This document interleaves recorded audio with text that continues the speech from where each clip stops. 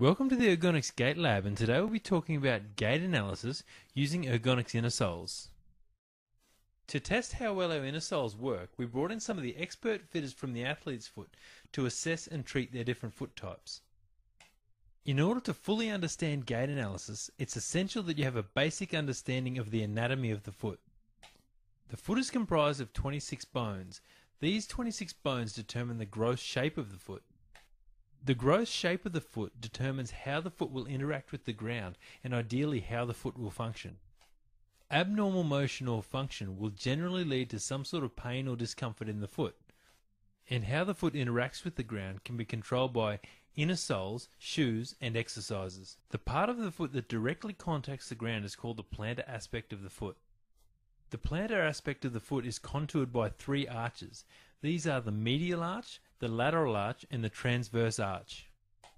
It's important that we support all of these three arches to control foot motions. An important part of the medial longitudinal arch is the calcaneal inclination angle. The calcaneal inclination angle is important because it's coupled to pronation. Now what this means is that the foot can't pronate as long as the calcaneal inclination angle is supported. Our inner soles help to control overpronation by supporting the calcaneal inclination angle. This leads to less chance of overcorrection than if we were using a wedged inner sole. So with this in mind, we wanted to show you how this relates to the pressure scan and gait analysis.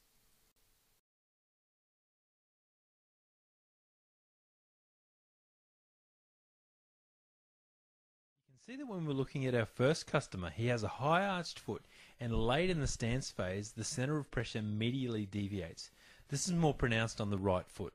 On the treadmill, you can see that our customer strikes with an inverted heel, pronates slightly, and then continues to pronate into toe off. This is consistent with our pressure scan results.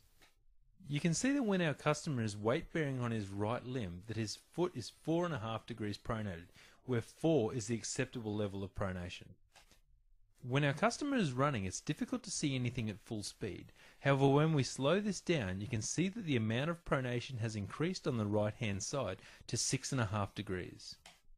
At this point, let's take a quick look at pronation and how it affects the lower limb. Pronation is a normal part of walking, and not all pronation is bad. Pronation helps to absorb shock as the foot strikes the ground. It helps to bring the foot into contact with the ground and also helps to adapt to irregular surfaces. Overpronation is what usually causes foot problems and foot pain. Overpronation is pronation that occurs in an irregular amount or at an irregular time during the gait cycle. When the foot pronates, the leg internally rotates, and this strains the foot, hip, knee, and lower back. When the foot pronates, the arch collapses and the calcaneus everts. This strains the ligaments and muscles of the foot and lower limb. The foot elongates, and this stretches all of the plantar structures, or the structures on the bottom of the foot, like the plantar fascia. The calcaneal inclination angle decreases, and this is a major contributor to arch collapse. The entire lower limb internally rotates, and this strains the shin, hip, knee, and lower back. The bones of the midfoot unlock to become a loose bag of bones, which is a very inefficient lever for propulsion. Walking, or the gait cycle, can be broken down into two phases: the swing phase when the foot is in the air, and the stance phase when the foot is on the ground. In gait analysis, we tend to focus on the stance phase of the gait cycle. This is where we can make the greatest difference with shoes, inner soles, stretching, and exercising. To help us to further analyze the stance phase of gait, we break it down into contact, mid-stance, and propulsion phases. By comparing a customer's gait pattern to what is considered normal, we're able to identify any potential problems with their walking. For adults, the following guidelines would be considered normal, so anything outside of these guidelines would be considered abnormal. During the contact phase of the gait cycle, the foot pronates around 4 degrees to allow the foot to become a mobile adapter and adapt to the ground. During the mid-stance phase, the foot should progressively supinate to become a rigid lever for propulsion. Through much of the propulsion phase, the foot will continue to supinate, making it a rigid and effective lever for propulsion.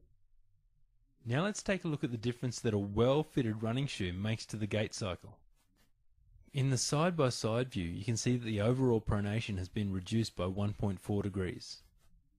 This still sits outside what we would consider normal, as the foot still pronates 5.1 degrees. We can further customize this shoe by adding an inner sole that will help to control excess motions without overcorrecting the foot. On this occasion we use the Ultra Soft inner sole because it's 0 degrees wedged and helps to support the calcaneal inclination angle. This will control overpronation without overcorrecting the foot. The right hand image on this screen is a shoe that has been fitted with an Ultra Soft inner sole.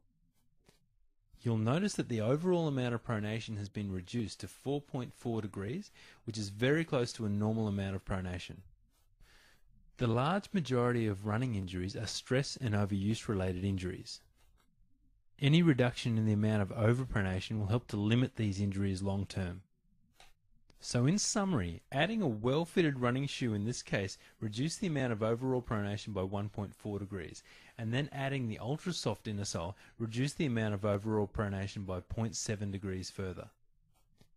Now let's take a look at a different foot type, which is the pronated foot. In standing, this customer is very pronated, with the right being more pronounced than the left. So in standing, you can see that this customer is pronated around 10.6 degrees, when the normal that we would be looking for is around 4 degrees. We also ran the customer on the treadmill and the pressure scanner. From the pressure scan, you can see that our customer has high medial and lateral arches, and there's an increased pressure towards the medial forefoot. The center of pressure also deviates medially late. Now let's take a closer look at our customer running. When our customer is running on the treadmill, you can see that the overall amount of pronation is 9.8 degrees. This is actually a reduction in the amount of overall pronation from standing. This can be explained by the active muscular control of the foot during running. You can see here on the right hand screen that a well-fitted running shoe reduced the amount of overall pronation by 0.3 degrees. Now let's customize the shoe further by adding one of our inner soles to work with the shoe to help to limit overpronation. You can see here on the right hand screen that the shoe with the inner sole fitted has improved the foot position more so than the shoe alone. On this occasion, our inner soles were able to control overpronation to within normal limits without overcorrection or irritation. It's the subtle differences with our inner soles that have helped us to achieve these results. Let's take a closer look at our inner soles. So the points of difference of our inner soles are: they control overpronation without wedging the foot, they enhance the support features of the shoe, and they cushion the foot for instant comfort. Our inner soles do this by supporting the calcaneal inclination angle. They have an extended medial arch support, thin yet soft heel, and they're soft and comfortable from the moment they're worn.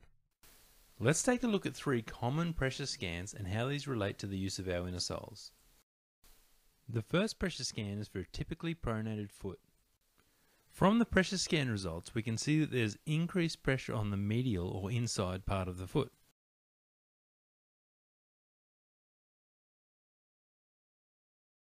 So using our inner soles to treat pronated or flat feet, they support the entire medial arch of the foot, and this limits arch collapse and foot pain, and they also cushion the entire foot. The next image is of a typically supinated foot. From the pressure scan, we can see that there's increased pressure to the lateral or the outside part of the foot. We also know that high arched feet are poor shock absorbers, so using our inner soles in this instance would help to support the medial and lateral arches of the foot without any chance of overcorrection. They cushion the high impact areas of the foot, which would be the lateral part of the foot in this instance, and they also help to keep the body's natural fatty pad beneath the heel with a deep heel cup.